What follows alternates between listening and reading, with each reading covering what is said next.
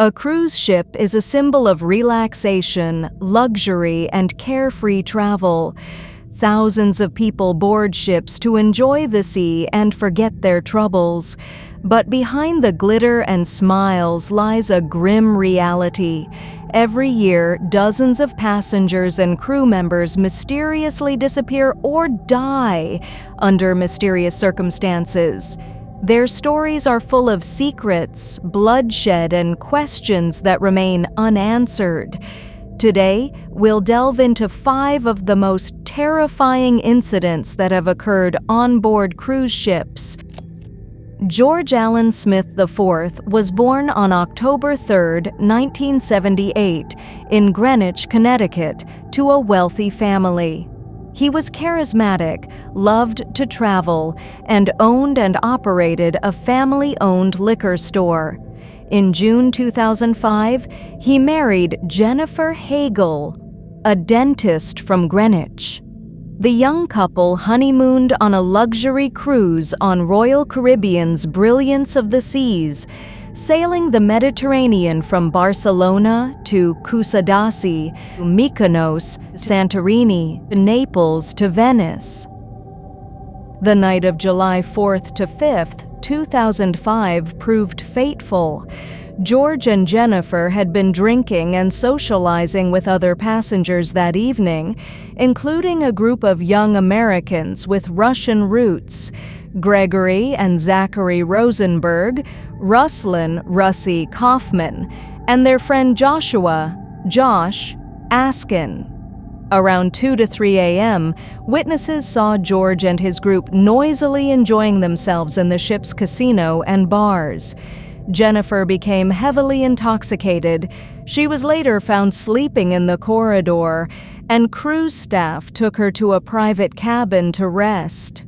George, meanwhile, continued drinking with his new acquaintances and returned with them to his cabin, 9062.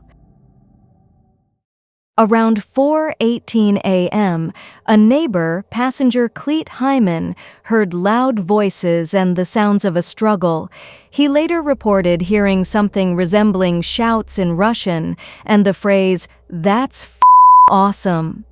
Around 4:30 a.m., a dull thud was heard.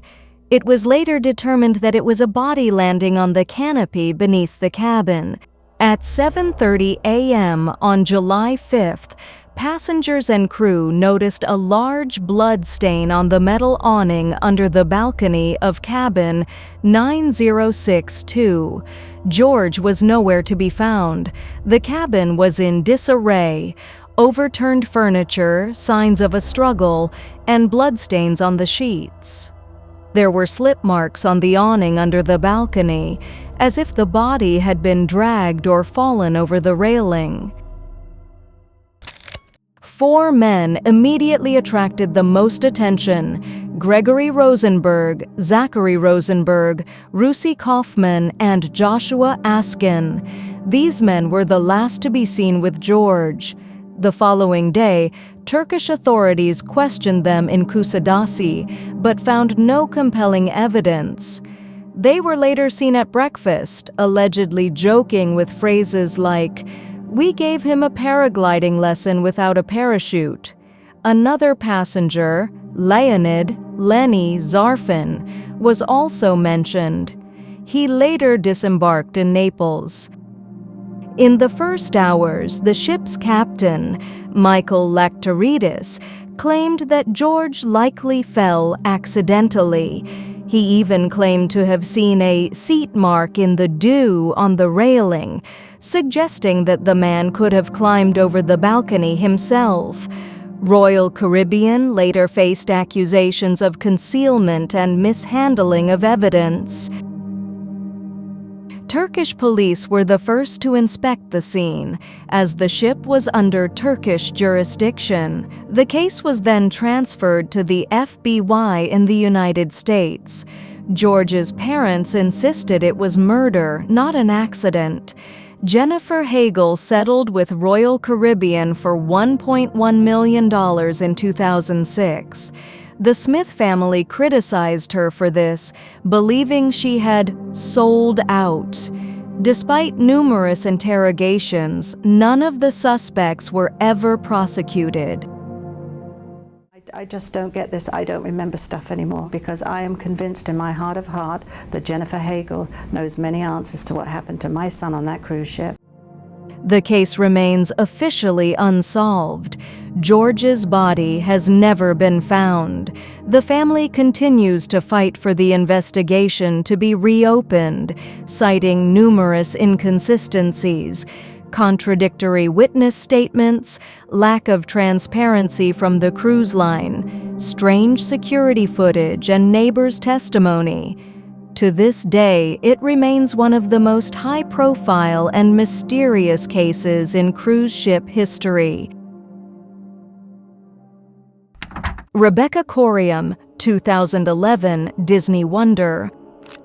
Rebecca Corium was born on March 11, 1987, in Chester, England. She was a cheerful, athletic girl who volunteered and loved to travel. After college, she decided to pursue a life at sea and joined the Disney Wonder. There, she worked on the entertainment team, overseeing activities for passengers and children. Co-workers described her as kind and cheerful, but at times exhausted by her hectic schedule. In March 2011, the Disney Wonder was sailing between Mexico and the United States. There were thousands of passengers and over 900 crew members on board. On the evening of March 20th, Rebecca was seen at a crew party. According to witnesses, she appeared slightly depressed and had been drinking heavily. On the morning of March 21st, she was talking on the phone in the ship's service area. Security cameras captured her at 5:45 a.m. A woman in uniform holding a drink, talking on the radio, looking upset and trying to hold back tears. She was never seen again. When Rebecca failed to show up for work, a search was launched throughout the ship. The ship was off the coast of Mexico at the time. Her personal belongings, passport, and money were left in her cabin. The last call was recorded from the internal phone system, but its contents were never released. Disney initially suspected that she may have fallen overboard, but no evidence was found. Disney Cruise Line stated that it immediately launched a search, but the official investigation was launched by Bermudian police, not American ones, as the ship was registered in Bermuda. This outraged the family, as the investigation was assigned to just one officer who spent only one day on the ship. There are several theories about what happened.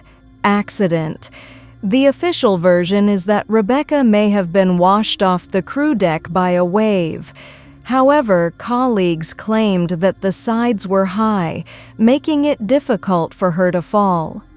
Suicide. This theory was advanced by some investigators, but her family categorically rejected it. Rebecca was making plans for the future and planning to visit her relatives. Criminal. There were rumors that the girl may have been the victim of a conflict or even sexual assault on board.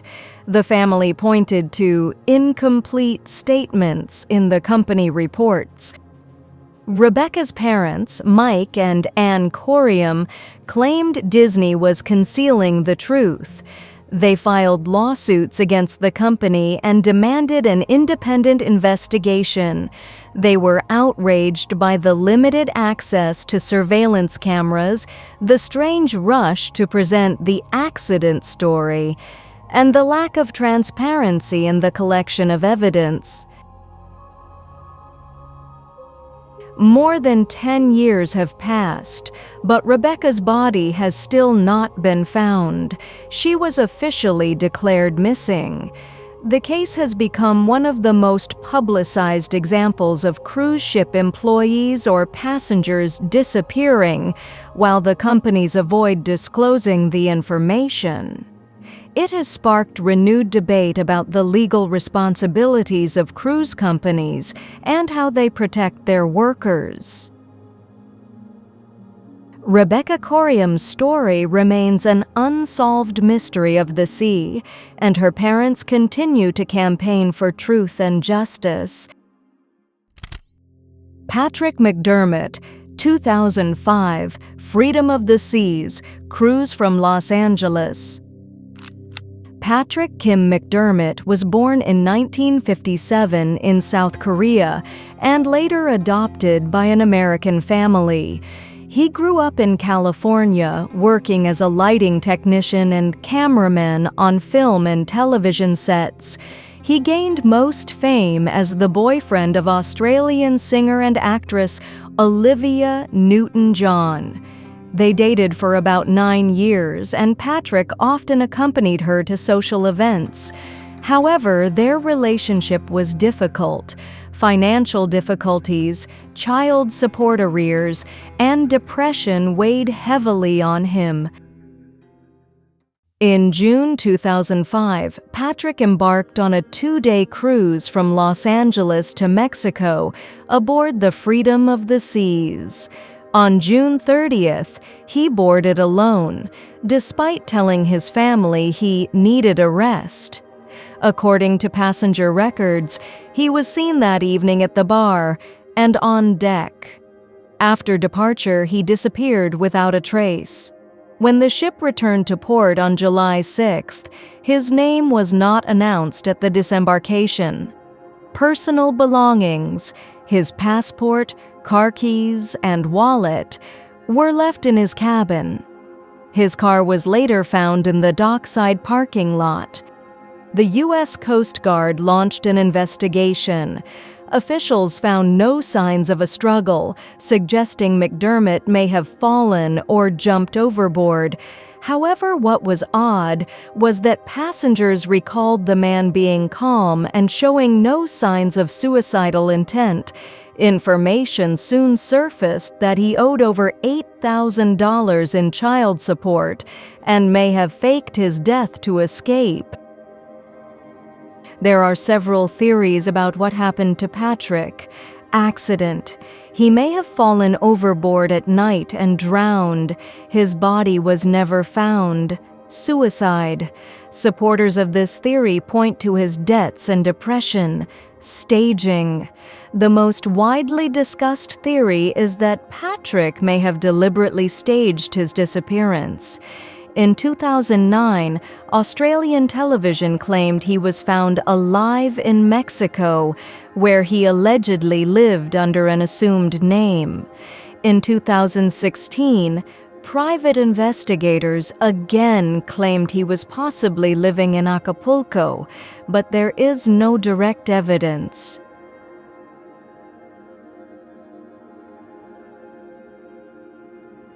Singer Olivia Newton-John remained silent about the incident for a long time. Only later did she admit that the story left a deep wound. In an interview, she said, "It was a shock, and it's still hard to believe. I've accepted that he's gone, but there will always be a feeling of unfinished business." Patrick was officially declared missing. His body was never found.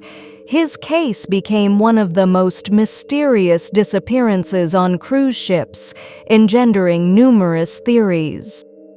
Patrick McDermott's story is a rare example of a disappearance at sea becoming an international sensation because a world celebrity was nearby.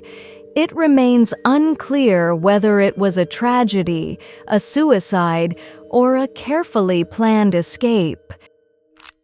The sea holds too many secrets. People board ships hoping to return with memories, but some remain part of the cold abyss. These tragedies remind us that even the most beautiful places can hide horror. If you enjoyed this video and want to hear more stories like this, please support the channel by subscribing, liking, and sharing your thoughts in the comments. This helps us continue to tell the world's darkest secrets.